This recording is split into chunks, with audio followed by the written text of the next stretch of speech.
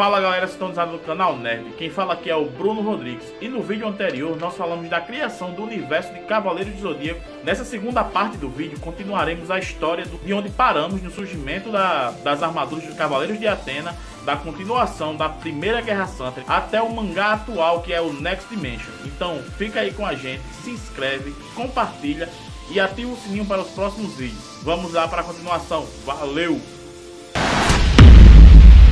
7 gerações após a Primeira Guerra Santa, Atena ergueu seu próprio santuário com as casas zodiacais protegidas pelos seus cavaleiros, de onde participou de diversas outras guerras santas, em média uma a cada 250 anos. E após várias dessas guerras, um novo e misterioso inimigo surgiu, os Gigas, que eram uma raça de gigantes muito poderosa, mais poderosa até que os cavaleiros. E sua origem, como já falamos, é completamente inexplicável ainda, né? Mas esse conflito ficou conhecido como Gigantomaquia. Foi durante essa guerra que o continente de Mu, aquele de onde vinham os alquimistas, né, que criaram as armaduras de Atena, acabou afundando também, assim como Atlântida já havia afundado. E muitas armaduras foram perdidas nesse processo. No entanto, não se sabe exatamente qual foi a razão dessa tragédia, mas apenas que ela ocorreu durante esse período aí dessa guerra com os Gigas, né, a Gigantomaquia. E a gente não precisa dizer que os Cavaleiros de Ares, Xion e Mu, além do pequeno Kiki, são descendentes desse povo, né, descendentes diretos desse povo, e por isso mesmo são os únicos que conhecem até hoje as técnicas de restauração de armaduras. Como isso ocorreu há muitas eras atrás, séculos, milênios talvez, é provável que o povo de Mu tenha sobrevivido e se refugiado ali em algum outro local da Terra. Outra guerra santa que poucos conhecem foi contra o deus Ares, que é conhecida como a guerra mais sangrenta de todas. Sua armada era dividida em 4 exércitos: fogo, chama, desastre e terror. E seus guerreiros eram conhecidos como berserkers, soldados praticamente irracionais e só pensavam em destruição. Nessa época existiam apenas 58 dos 88 cavaleiros de Atena em atividade. E novamente, os cavaleiros não estavam em grande desvantagem frente ao poder da violência dos berserkers de Ares. Só uma observação com relação a isso é que, na verdade, nunca os 88 cavaleiros foram reunidos em uma única geração. Sabe-se ao certo que existem 12 de ouro, 24 de prata e 48 de bronze. Mas a gente somando isso aí dá 84. Então 4 armaduras nunca apareceram na obra até hoje. E o mistério continua sobre elas. Voltando para a história, os cavaleiros estavam em apuros e mais uma medida drástica precisou ser tomada. Dessa vez, Atena autorizou o uso das armas de Libra pelo seu exército. Quem não lembra, a armadura de Libra é composta por 12 armas que são feitas do mesmo material das armaduras, de ouro, e por isso são extremamente resistentes e conseguem perfurar ou quebrar praticamente qualquer coisa. Elas são tão poderosas que toda a história de CDZ, desde as eras mitológicas, Atena só autorizou o uso de combate uma única vez, justamente contra a batalha de Ares. Ou seja, nem mesmo na guerra contra Poseidon, o imperador dos mares, ou nas várias guerras contra Hades, o imperador do submundo, Atena e o Cavaleiro de Libra julgaram necessário usar as armas, e nós vimos que só na última Guerra Santa contra Hades, praticamente todo o exército de Atena foi derrotado, restando apenas os Cavaleiros de Bronze, e mesmo assim ela não liberou o uso das armas. Isso mostra o quanto as armas são overpowered.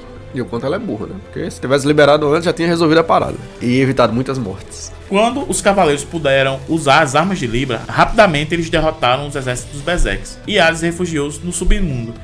Inclusive, Ares e Hades possuem um bom relacionamento, afinal todas as guerras e mortes causadas por Ares se refletiam em novos habitantes para o mundo dos mortos governados por Hades, né? Sendo assim, é dito que Hades tinha participação ativa nos conflitos entre Ares e Atena. Só não ficou claro como foi essa participação, né? Eles eram brothers, né? Passaram-se várias eras desde então e outras guerras santas aconteceram. E em algum momento não definido na história recente, um dos cavaleiros de Atena acabou descobrindo uma ilha misteriosa no hemisfério sul, que continha uma quantidade enorme de caixa de Pandora, que são aquelas caixas onde as armaduras são armazenadas, tanto as de bronze como as de prata e as de ouro. Muitas eram em formatos nunca antes vistos, e rapidamente percebeu-se que aquela ilha tratava-se de um pedaço do antigo continente perdido de Mu. E sabe como passaram a chamar ela? Justamente de Ilha da Rainha da Morte. Essa ilha, por ser um pedaço do continente de Mu, estava repleta de carcaças de armaduras e chamou a atenção da existência, né, de algumas idênticas às armaduras de bronze, porém completamente negras. De início, nenhum cavaleiro de verdade quis usar elas, porque elas não eram armaduras de fato finalizadas, né? Então os aspirantes a cavaleiros que foram rejeitados, como Cassius, por exemplo, passaram a utilizar essas armaduras negras, mas de forma egoísta, para ganhos pessoais. Não foi o Cassius que usou, tô citando um exemplo de cavaleiro que foi rejeitado, né? Por causa disso, Athena selou e isolou completamente a Ilha da Rainha da Morte e determinou que um de seus cavaleiros de enorme poder, né, de poder incomensurável, guardasse aquela ilha para impedir que os cavaleiros negros quebrassem o selo e saíssem de lá. Esse guerreiro tinha que usar uma máscara, e na época atual, quem tinha essa missão era justamente o Gilt, que foi o mestre de Ikki. Outra curiosidade dessa ilha é que ela abrigava a armadura de bronze mais poderosa de todos, a armadura de Fênix. Ela é descrita como a mais poderosa porque de fato é, já que é a única que possui o poder de ressuscitar completamente depois de ser destruída, sem ter a necessidade de sangue de cavaleiro, né? Mesmo que ela esteja completamente em pó, ela pode ressuscitar. Então ela é imortal, não o cavaleiro. É tão poderosa que acredita-se que ninguém jamais poderia ser tão poderoso o suficiente para ser digno dela. Isso porque, para quem não sabe, né, não é a armadura que dá poder ao usuário. É o usuário que precisa ser forte o suficiente para ter um cosmo poderoso o suficiente para trajar ela. E Ikki foi o único em toda a história de Cavaleiro do Zodíaco, de todas as eras, desde a criação das armaduras, que foi poderoso o suficiente para conseguir a armadura de Fênix. Sou o Fênix. Ikki de Fênix. Esse é o Ikki de Fênix! Você sabe quem ele é? Sei! Ele foi o primeiro homem a conseguir vestir a armadura de Fênix. Essa armadura não era usada desde as eras mitológicas. Um cavaleiro lendário que consegue sobreviver às batalhas mais infernais. Essa é a lenda da Fênix Imortal. E isso explica também aquela questão sobre nunca ter tido os 88 cavaleiros. Já que a armadura de Fênix só foi usada durante a saga principal, né? A época atual. Então, no mínimo, essa era uma das armaduras que nunca foram reunidas antes, né? E como a gente sabe, na época atual, o Ikki conquistou o direito de ter armadura ao derrotar o guardião da ilha e seu mestre, o Gilt. Contudo, ele foi buscar sua armadura e se deparou com Django, o líder dos Cavaleiros Negros, que tinham se apossado indevidamente da armadura na esperança de vesti-la, né? Sendo que, obviamente, nunca conseguiu fazer, pois ninguém foi tão poderoso o suficiente para vesti-la, apenas o Ikki. Depois de derrotar o Django, o Ikki finalmente vestiu a armadura sagrada e passou a controlar os Cavaleiros Negros, né?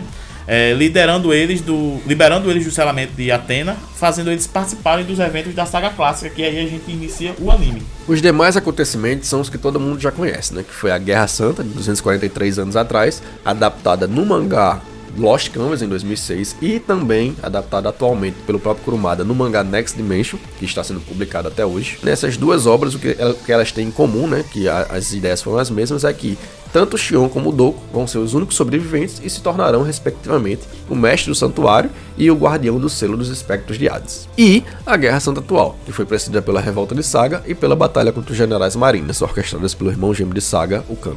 Uma informação a mais sobre isso é que a Revolta de Saga foi orquestrada por uma deusa, a deusa Ker, que é uma serva de Hades que tentou, e conseguiu na verdade, desestabilizar o exército de Athena, colocando um espírito maligno no corpo de Saga, fazendo com que todos pensassem que era uma dupla personalidade, quando na verdade era apenas um espírito, literalmente manipulando ele. Então toda aquela maldade que a gente vê do Saga não é uma coisa vinda dele, é implantada pela deusa Ker. Por sua vez, seu irmão gêmeo, Canon, orquestrou o quase ressurgimento de Poseidon, quando se passou por um de seus generais marinas, o Dragão Marinho, e incitou a guerra. Contudo, no final das contas, ele acabou se arrependendo e indo lutar junto aos Cavaleiros de Ouro como Cavaleiro de Gêmeos, já que Saga tinha morrido na saga principal, né? Até hoje ninguém sabe onde estava ou o que aconteceu com o verdadeiro General Marina de Dragão. Provavelmente foi um furo de roteiro.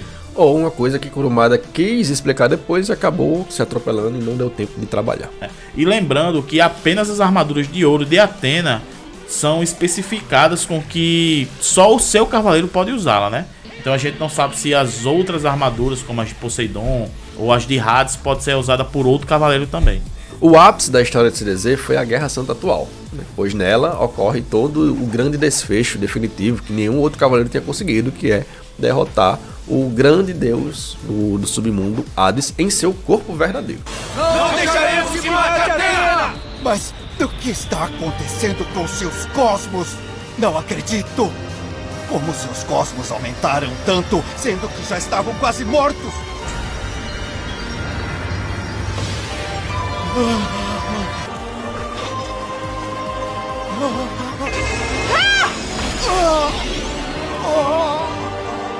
Não!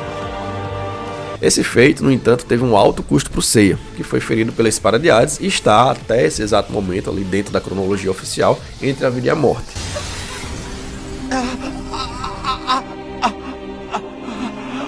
Não, Seiya! Seiya, aguente firme, Seiya! A sua irmã está esperando por você na Terra! Athena, minha irmã. Justamente para tentar salvar ele, a Saori foi falar com ninguém menos do que o Cronos, com CH, aquele deus primordial, para enviar ela de volta no tempo e poder salvar o Seiya. Só que o tiro acaba saindo pela culatra e Cronos manda ela para um período diferente, ela volta a beber e tem que crescer de novo, gerando toda uma nova saga que está sendo feita, publicada aí até hoje pelo próprio Kurumada. Pois é, né?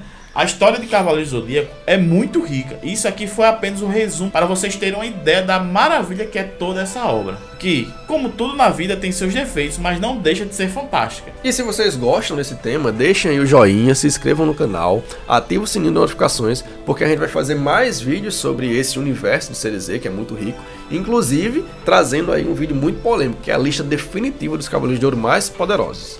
Eu garanto, isso aqui eu tô afirmando com todas as letras, que você não vai querer perder esse vídeo, porque a gente vai fazer o melhor e mais perfeito ranking de poder dos cavaleiros que você já viu. Não vai ter outro melhor do que esse aí. Até o próprio Kurumada vai ligar pra gente e vai dizer: ei, vocês estão certos aí, pode... A gente já fez um vídeo, né? Já fez um vídeo sobre o ranking. E a gente viu os comentários de vocês, teve um engajamento muito grande nesse vídeo, e justamente por isso a gente reviu também algumas posições, vai ter algumas reclassificações ali, e a gente vai trabalhar também, como o Bruno falou, os dois mais poderosos que a gente não falou e vai definir de uma vez por todas, e vocês não vão ter dúvidas. E a gente vai responder algumas perguntas do vídeo anterior para não ficar dúvida, explicar por que a gente realmente colocou aquele cavaleiro naquela posição de acordo com as perguntas que foram feitas. Então não esquece, inscreve, joinha e até o próximo vídeo. Valeu! Valeu!